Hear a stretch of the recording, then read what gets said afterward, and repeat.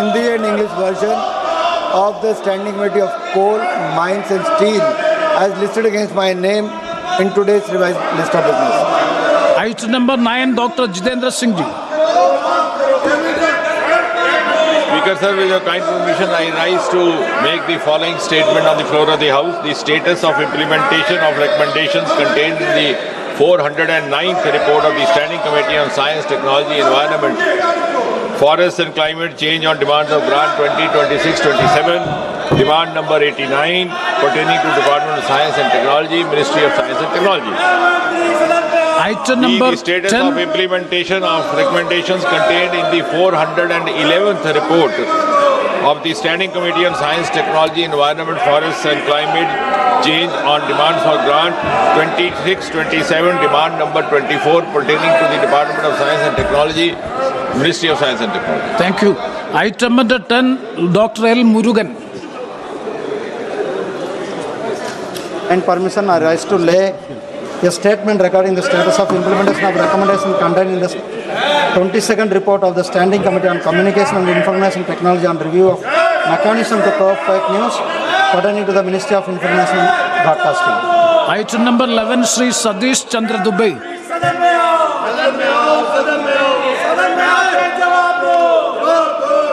आपकी अनुमति से मैं आज की पुनरीक्षित काल सूची में मेरे नाम के सामने कर्म संख्या 11 पर उल्लिखित खान मंत्रालय से संबंधित अनुदानों की मांग 2026-27 के बारे में कोयला खान और इस्पात संबंधित अस्थायी समिति के 19वें प्रतिवेदन में अंतर्विशिष्ट सिफारिशों के लिए कार्यान्वयन की स्थिति के बारे में वक्तव्य सभा पटल पर रखता हूँ। Item number 12, Srimati Nimmu Ben Jayantibhai Bhabaniya. माननीय अध्यक्ष महोदय, मैं आज की संशोधित कार्यसूची में क्रम संख्या 12 पर अपने नाम के समक्ष सूचीबद्ध विवरण जो खाद्य और सार्वजनिक वितरण विभाग उपभोक्ता मामले खाद्य और सार्वजनिक वितरण मंत्रालय से संबंधित भारत में चीनी उद्योग एक समीक्षा के बारे में संबंधी संसदीय स्थायी समिति के 32वें प्रतिवेदन 17वीं लोकसभा में की गई सिफारिशों के कार्यान्वयन की स्थिति के बारे में वक्तव्य सभा पटल पर रखते हुए धन्यवाद। Item number 13, Sri P.P. Chaudhary.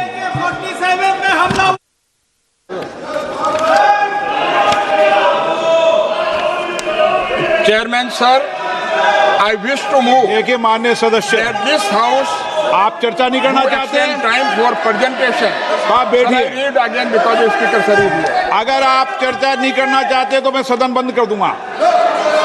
Speaker sir, अगर आप I wish to move that this house to extend time for presentation of the report of the joint नहीं, committee on the constitution. ये तरीका ठीक नहीं है। 129th ये amendment तरीका bill ठीक नहीं है। या तो आप 2024 सदन में चर्चा and कर Union लीजिए। Territories Laws Amendment Bill 2024 up to the आप समझाइए अपने first सदस्यों, प्लीज day of बैठिए। last week of the बैठिए, winter बैठिए, session बैठिए 2026. बैठिए, प्लीज बैठिए, प्लीज बैठिए, बैठिए।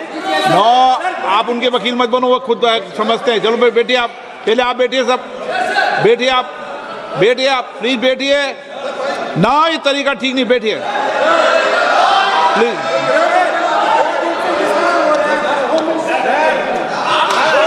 किसको आना है किसको नहीं आना आप तय नहीं करोगे, आप तय करने वाले नहीं हो। जिन माननीय सदस्यों का, जिस माननीय मंत्री जी का विधेयक है वो यहाँ पर उपस्थित है, जिससे पार्लियामेंट नहीं चलती है। No, Yes sir. Yes sir. देखिए मैंने आपको पर्याप्त समय दिया। रात को 11 बजे तक सदन में चर्चा हुई, सभी माननीय सदस्यों ने अपने मत विचार किए। आप अगर आपके प्रतिपक्ष के नेता को नहीं बोलने देना चाहते हो, आपकी योजना हो तो बता दीजिए, बता दीजिए। Yes sir. Please no, no please, और को लोगों को बोलने दें आप, प्लीज डिबेट शुरू करने दें, डिबेट शुरू करो। आपने जो डिबेट शुरू करो, प्लीज प्लीज देखिए। Speaker sir, yes. Speaker sir, I wish to move that this house do extend time for the presentation of the report of the Joint Committee on the Constitution 129th Amendment Bill 2024 and the Union Territories Laws Amendment Bill 2024 up to the first day of the last week of the winter session 2026. प्रश्न है कि Shri PP Chaudhary द्वारा प्रस्तुत प्रस्ताव को स्वीकृत किया जाए। जो सदस्य प्रस्ताव के पक्ष में हाँ कहें। हाँ। जो सदस्य प्रस्ताव के पक्ष में ना कहें। मेरे विचार में निर्णय हाँ वालों के पक्ष में हुआ, हाँ वालों के पक्ष में हुआ, प्रस्ताव स्वीकृत हुआ।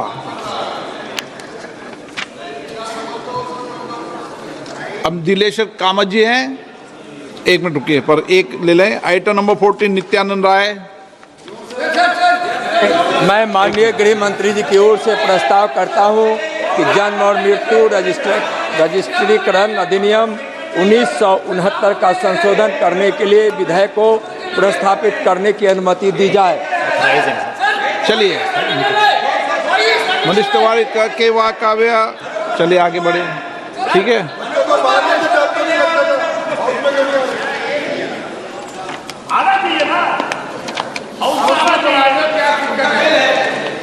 लोक परीक्षा प्रश्न है कि विधेयक को प्रस्तावित करने की अनुमति प्रदान की जाए।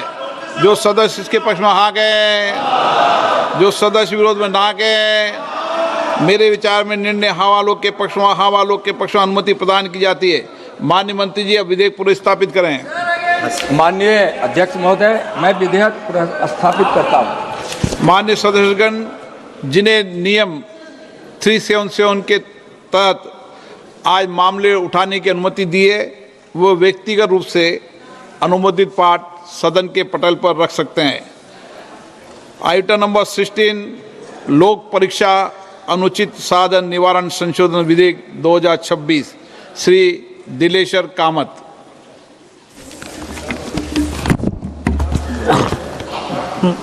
माननीय अध्यक्ष महोदय, आपने मुझे महत्वपूर्ण लोक परीक्षा अनुचित साधन निवारण संशोधन विधेयक 2026 पर चर्चा में भाग लेने का अवसर दिया, इसके लिए मैं आपका आभारी हूं। साथ ही इस विधेयक का मैं समर्थन करता हूं। महोदय, मैं माननीय प्रधानमंत्री श्री नरेंद्र मोदी जी का हृदय से आभार व्यक्त करता हूं कि उन्होंने विद्यार्थियों एवं युवाओं के उज्जवल भविष्य हेतु शिक्षा स्थिति को मजबूत एवं गुणवत्ता और पारदर्शिता बनाने के साथ तकनीकी शिक्षा क्षेत्रों की अवसंरचना को मजबूत बनाने के लिए सार्थक रूप से इस विधेयक को लाने का काम किया है।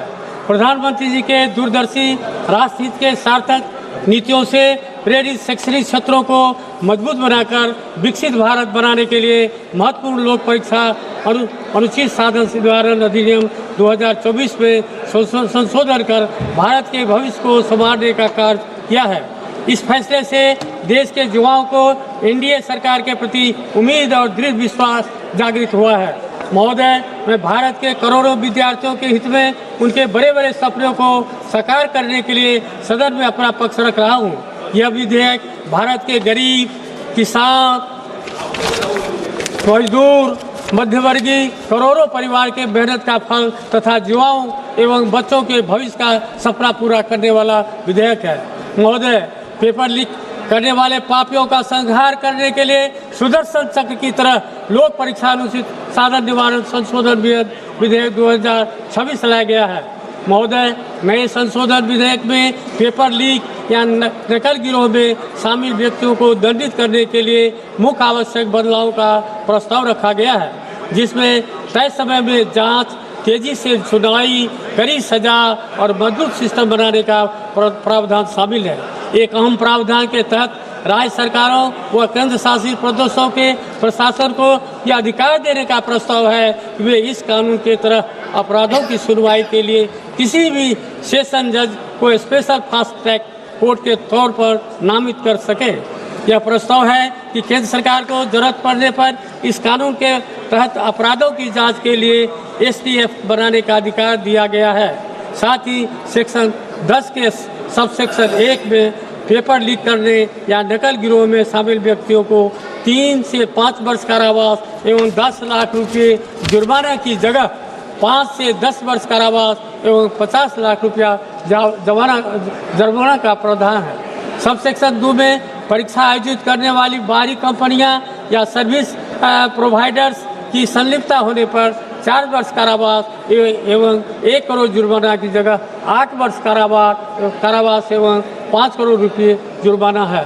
सब सेक्शन 3 में 3 वर्ष कारावास और 1 करोड़ रुपये जुर्माना के जगह 5 वर्ष कारावास और 5 करोड़ जुर्माने का प्रावधान है। सेक्शन 11 के सबसेक्शन 1 में कोई संगठित गिरोह या कोचिंग संस्थान शामिल किए जाते हैं तो 5 वर्ष कारावास और 1 करोड़ जुर्माने की जगह 7 वर्ष कारावास और 10 करोड़ जुर्माने का प्रावधान है। नई धारा 12 की उपधारा 1A और B जोड़ी गई है, जिसके तहत फास्ट इन्वेस्टिगेशन एवं फास्ट ट्रैक कोर्ट की व्यवस्था है, जिसमें जांच एजेंसी को 2 माह के भीतर जांच पूरा करना है और चार्जशीट दाखिल करना है और फास्ट ट्रैक कोर्ट के प्रतिदिन सुनवाई कर चार्जशीट दाखिल होने के 3 महीने के भीतर सुनवाई पूरी कर लेनी है। महोदय, माननीय प्रधानमंत्री जी ने पेपर लीक पर श्री नंदन नीलेकनी जी का अध्यक्षता में 100 सदस्यीय हाई पावर टास्क फोर्स गठित करने का ऐलान किया है, जो प्रौद्योगिक आधारित परीक्षा प्रणाली और संरचनात्मक सुधारों पर कार्य करेगी। सभापति महोदय, माननीय प्रधानमंत्री के दूरदर्शी एवं प्रगतिशील आर्थिक नीतियाँ एवं योजनाओं से समाज के अंतिम व्यक्ति के साथ सभी वर्गों को समानांतर एवं सार्थक लाभान्वित करती है। सबका साथ, सबका विकास, सबका विश्वास और सबका प्रयास के मूल मंत्र द्वारा संरचनात्मक एवं योजनाबद्ध तरीके से परिवर्तन की शुरुआत कर शिक्षा हित, युवा हित, विद्यार्थी हित, आर्थिक हित तथा लोकहित में शिक्षा, रोजगार और उद्यमिता के अधिक से अधिक अवसर प्रदान कर भारतीय शैक्षणिक संस्था को सुदृढ़ करने का काम किया है। सभापति महोदय, विकसित भारत के निर्माण के लिए देश के युवा, विद्यार्थी, गरीब और मध्यवर्गीय परिवार, नारी शक्ति और किसान सशक्त होंगे। सरकार इसके प्रति वचनबद्ध है। इन्हीं शुभकामनाओं के साथ मैं नए संशोधन विधेयक 2026 का समर्थन करते हुए बिहार के समस्त जनता एवं जनता दल यूनाइटेड के तरफ से धन्यवाद एवं आभार प्रकट करता हूँ। बहुत बहुत धन्यवाद। धन्यवाद। श्री पप्पू यादव जी। अध्यक्ष जी, सभापति महोदय, बहुत बहुत धन्यवाद। मैं सबसे पहले किसी भी व्यवस्था के पहले आरटीआई और ऑडिट, सरकार सबसे पहले उसको किसी भी बिल लाने के पहले उससे अलग रखती है। ऑडिट क्यों नहीं होता है किसी भी पदाधिकारी का, किसी भी व्यवस्था का ऑडिट, और आरटीआई क्यों उससे दूर कर दिया जाता है?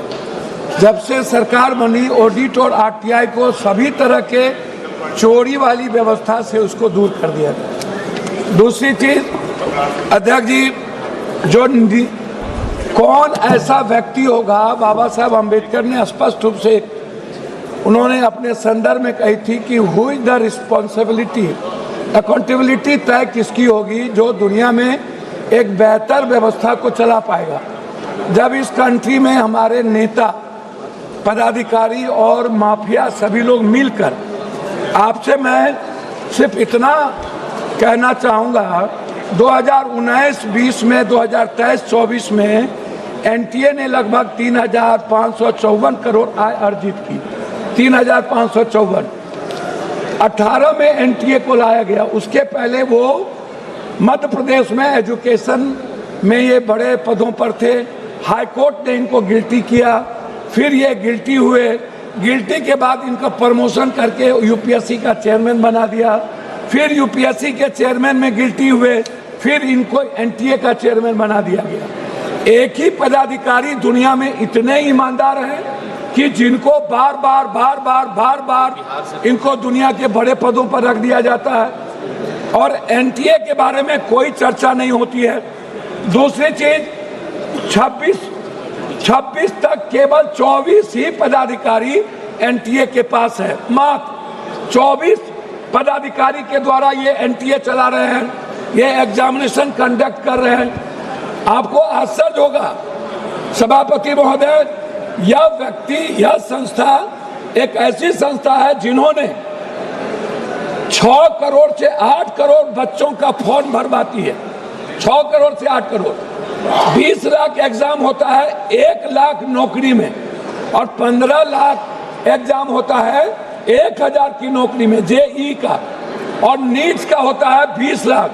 1 लाख नौकरी हम दे पाते हैं नहीं। हम कुछ बीएमएस में ले जाते हैं और कुछ हम बीएमएस के बाद नर्सिंग में ले जाते हैं। हमारे बच्चे क्या कहते हैं, क्या हुआ सर, पहली बार जब हमारे बच्चे ने एग्जाम दिया तो उनको लगा कि हम 490 500 के लगभग मार्क ले आएंगे। जब दूसरे बार एग्जाम दिया बच्चा तो उनको 290 डिप्रेस में चले गए। लगभग 26 बच्चों की शहादत के बाद और इतने बड़े जीएनजी के क्रांति के बाद कितने लोग डेथ किए, उनकी शहादत के बाद 1 लाख से ज्यादा बच्चे डिप्रेसमेंट में चले गए, डिप्रेशन में चले गए। उसकी चर्चा इस भारत में नहीं है कि जो पहली बार 500 मार्क्स लाते और दूसरी बार 296, पहले बार जो क्वेश्चन था वो ब्रॉड था और दूसरे बार जो क्वेश्चन आया वो सेलेक्टेड कर दिया गया। मैं जानना चाहता हूं इस सरकार से 6 से 8 करोड़ फॉर्म क्यों भराया जाता है, ये पैसा एनटीए को क्यों दिया जाता है, ये इसमें किसकी किसकी हिस्सेदारी है। दूसरी बात कि ये कहते हैं कि इन्वेस्टिगेशन कौन करेगा, इन्वेस्टिगेशन को तय कौन करेगा। सीबीआई ने 5 बेईमान और चोर को, जैसे संजय मुखिया को जिसने सबसे बड़ी चोरी की बिहार में क्वेश्चन रिकॉर्ड में, उसको बरी कर दिया। आप कह रहे हो एसआईटी, तो एसआईटी कौन बनाएगा, एसआईटी बनाएंगी सरकार। स्टेट के अधिकार को छीन लिया गया। हमारा उसमें आपसे रिक्वेस्ट है कि जो पेपर लीक मामला है, ये पेपर लीक से नहीं है, आप इसको इस रूप में मत देखिए, इसके टर्नओवर को देखिए। इसके 2026 में है छोटे वेंडरों के लिए 5 से 10 साल की सजा। आपने एनटीए के बारे में कुछ नहीं कहा। एसटीएफ बनाएंगे सत्ताधारी। आप 25 लाख बच्चे जो टारगेटेड हुए उसमें भारत को